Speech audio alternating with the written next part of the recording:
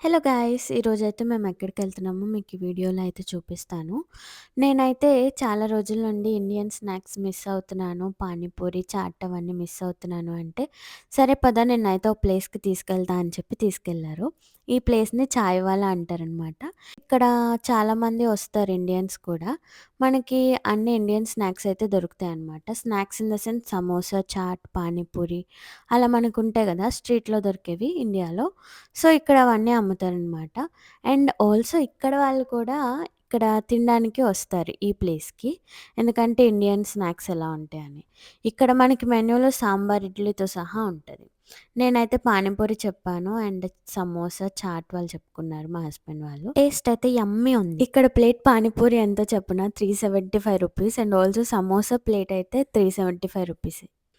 నేనైతే ఒక్కసారిగా నవ్వుకున్నా. ఏంటి వాడిచ్చిన 4, 5 పానీపూరీలకి ₹375 అని.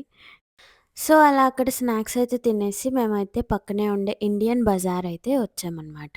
ఇది సూపర్ మార్కెట్. సేమ్ మన ఇండియాలో ఏవేవైతే దొరుకుతాయో అన్నీ ఇక్కడ దొరుకుతాయి ఆల్మోస్ట్. కానీ ఇక్కడ మనకి దొరికే వెజిటబుల్స్ వాడిపోయి ఉంటాయి కొన్ని. కొన్ని మాత్రం ఫ్రెష్‌గా ఉంటాయి. అవి మనం సెలెక్ట్ చేసుకొని తీసుకోవాలి. అండ్ మనకిక్కడ ఆకుకూరలు, లీఫీ వెజిటబుల్స్ దొరకడం చాలా కష్టం. చాలా రేర్ కూడా.